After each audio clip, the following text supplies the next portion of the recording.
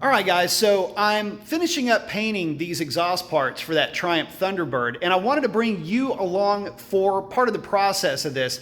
Some things that I do with exhaust parts when I paint them that make them last a little bit longer, and maybe it'll help you out in the process.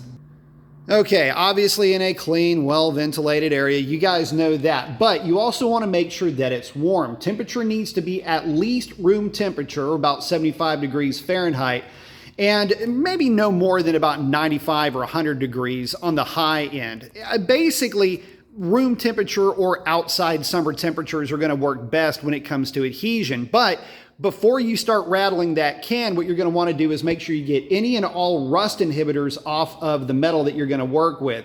Isopropyl alcohol, acetone, the usual suspects will work in getting that off, but what you're going to want to do is make sure that you wipe all of that down off of that metal and get it all off before you get started.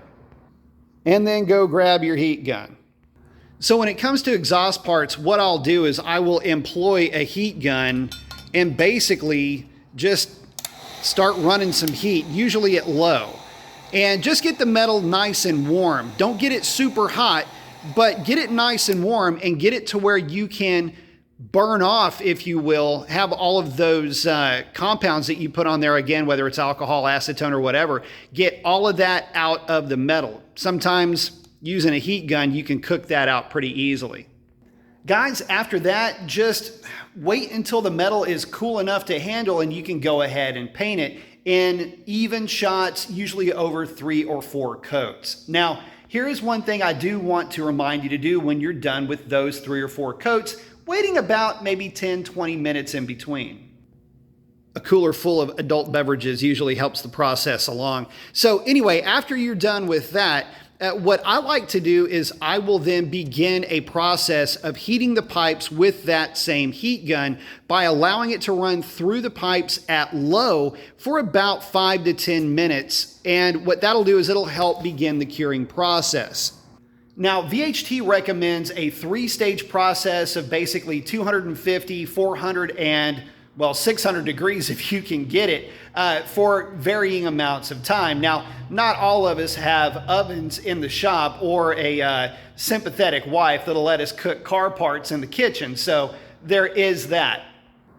But realistically, any way you can get heat into the metal and into that paint will help it cure and will allow for it to remain bonded to the metal a lot better. What I've found is when I do employ this method, I get very, very little flaking, if any at all, and the paint does tend to look better and last much, much longer than if I try to just spray the metal with the paint and then run off. In that case, you're ensuring that it's going to slough off. The other way you can do this is by just running the vehicle. Basically, several heat-cool cycles will also kind of do the same thing. However, it's always better to hit this with paint and heat. Well, obviously, you've already hit it with paint. It's better to hit it with the heat before you install onto the car, because as you're handling it, if you haven't gone through this curing process, if you will, the paint can be a little bit easier to flake off as you're handling the pipes or the parts that you're working on. And while we're talking about it, guys, don't forget, these heat guns are no joke. They're not a toy. They get extremely hot. So whatever you're working on, like this stuff over here, when you're done running this heat gun through those pipes, they're going to be pretty darn hot, definitely hotter than you might expect. So just know that you can kind of burn yourself a little bit if you're not really paying attention. Also, always employ proper heat gun etiquette. When you're done with it, don't just wrap it up and throw it in a drawer. The elements at the end of this thing could still be very hot, and you could damage or burn whatever stuff might be in the drawer that you're sticking the gun in. So basically, let the thing cool down for a little bit before you put it up.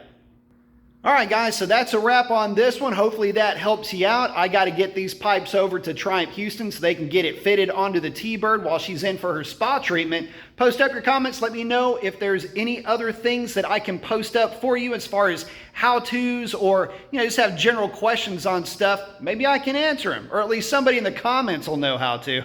That's for darn sure. Anyway, guys, that's a wrap.